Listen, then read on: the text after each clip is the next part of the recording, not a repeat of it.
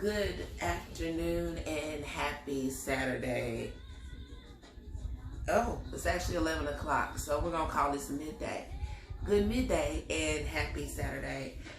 As I prepare to break my fast, think about what I want to eat this morning, I sat out looking across the water and I started asking myself a question. Well, what is breakfast without pork?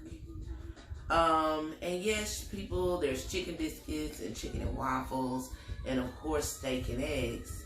But for the most part, pork reigns king on breakfast.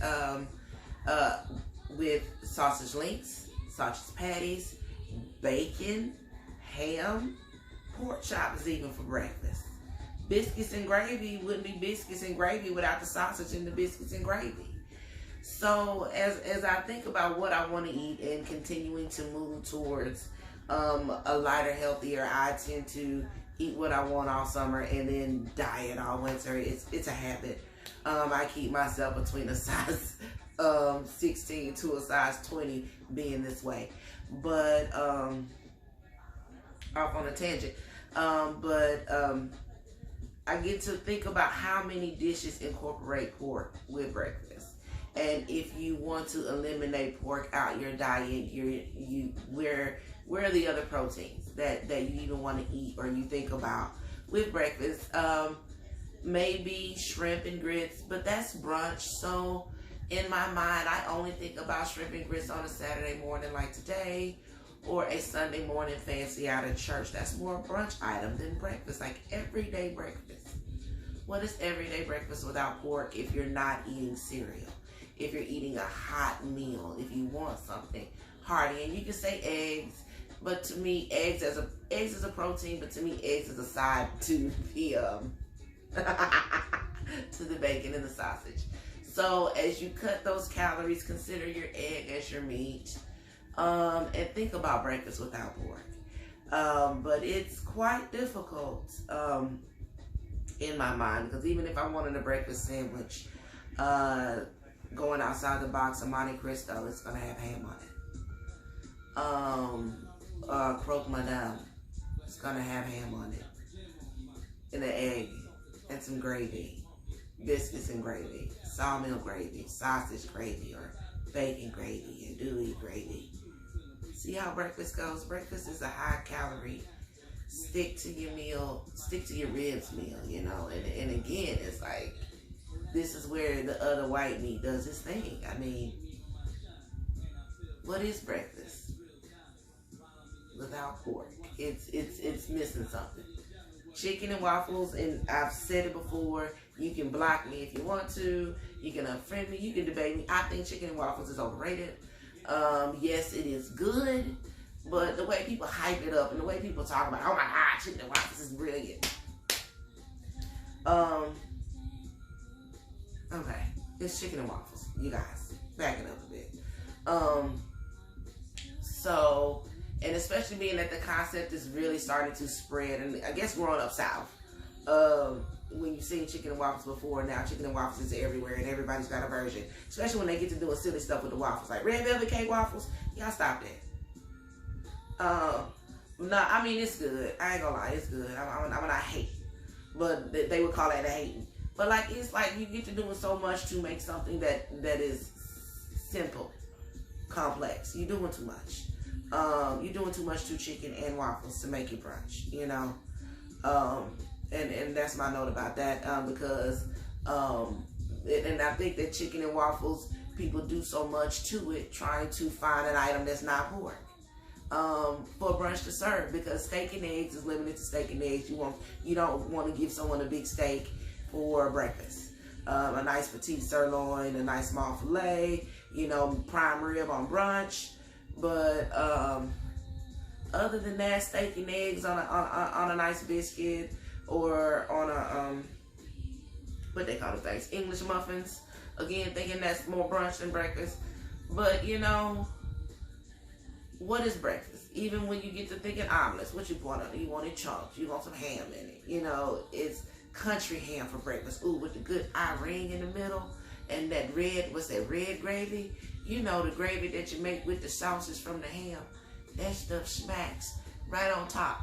So again, as I think about it, and I probably am on a 3-minute ramble here, alluding to my disdain for chicken and waffles. Ask yourself the question, what is breakfast without pork? Like, pork for dinner, pork chops do well. But like when pork is usually my first course of the day. And it might complement my sides. But as people talk about eliminating from your diet, it's hard when you're omnivore. Like, I eat all cuts of meat. So, and certain cuts to me don't belong.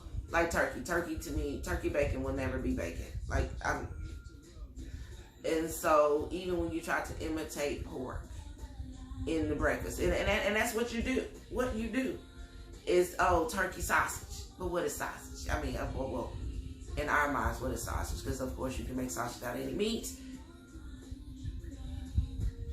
Chefs, for y'all chime in on that. But still, it almost all imitates the flavor that we get from pork. Fight me if you want to. Vegans, eat your fruit, quinoa, oatmeal, all that other stuff for breakfast. Eat your, what do they call them, acai. You know the ones. Y'all do that. Y'all eat your yogurt. Do all that. But in the end, when I start eating all that for breakfast too, I mean, I eat all that sometimes. Of course, I do grits and stuff. I'm still be missing that piece of bacon. So for all you real eaters, omnivore eaters out there, I talk about how I am a class of omnivores. I don't eliminate things from my diet. I just alter my choices for the time being.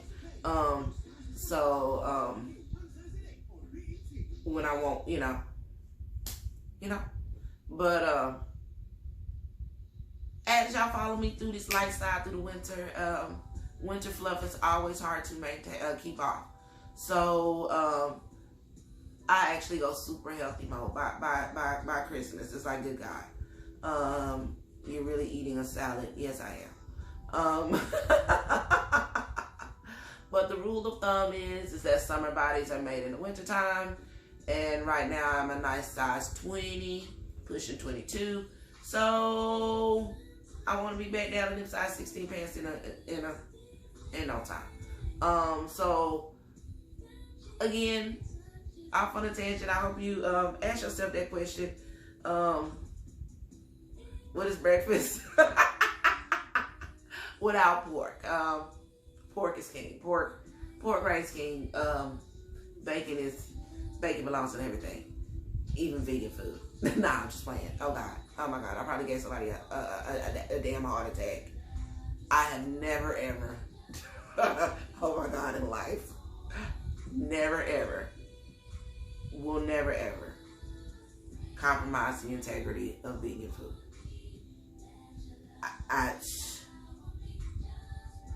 And anybody that does is an asshole. And that's my note on that. I respect vegans. I harass vegans. But I respect vegans, again, because I made a comment before, because I consider myself an omnivore.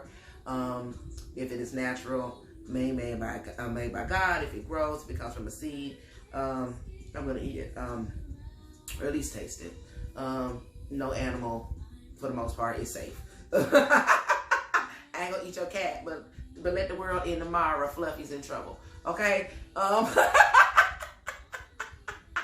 And then we'll be really talking about, man, pork ain't gonna never go away. The way feral hogs are, y'all can't hunt no more. So pork ain't never gonna go away. When the world ends, y'all gonna be appreciative of two things: chicken and pork, because they outnumber us. So you know what, vegans, y'all keep eating salad, because the world, the way it's going with 2020, the world gonna end. I'm gonna eat more pork in my repertoire because I can shoot. And that's gonna be real good, hammy. Feral pork, wild pork tastes a whole lot better than that good grocery store pork we eating Zuckerman's famous pig up in here. We eating Wilbur. He corn fed, and I want that wild one. I want the one that run around in the woods. that is the real pork. That is the pork that I remember growing up, like the farm raised pork. That's the way pork should taste. We up in here eating that commercialized, yeah, and I'll taste the same white meat. But anyway, off on a tangent again. I'm going to end this segment about what is breakfast without pork. And today it's gonna be some rice and some eggs, and maybe some fruit. Breakfast